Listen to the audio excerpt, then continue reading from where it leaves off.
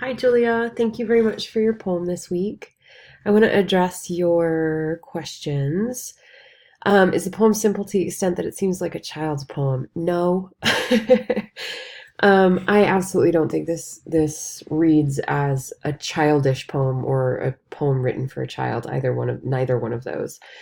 I feel like children they wouldn't quite understand this idea of um, growing from negative experiences to learn to live a better life, right? That is something that is very adult.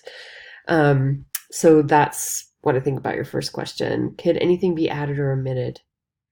So, I think the poem starts super strong.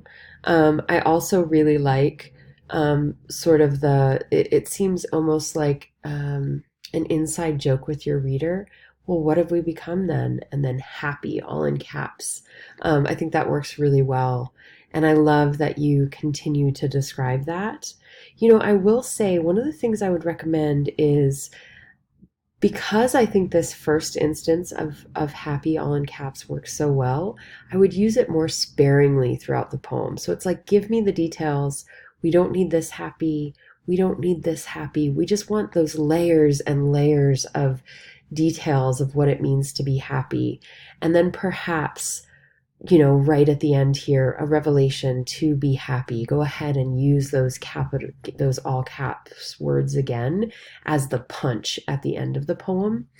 But I think perhaps consider taking out these instances of that word just because I think it detracts from the strength of this first and potentially second and last instance of using that device. So that's what I would recommend. I hope that works for you. Please take a look at your final portfolio requirements, which are due, that final portfolio is due next week. So I want to make sure that everybody's taking a look at it now.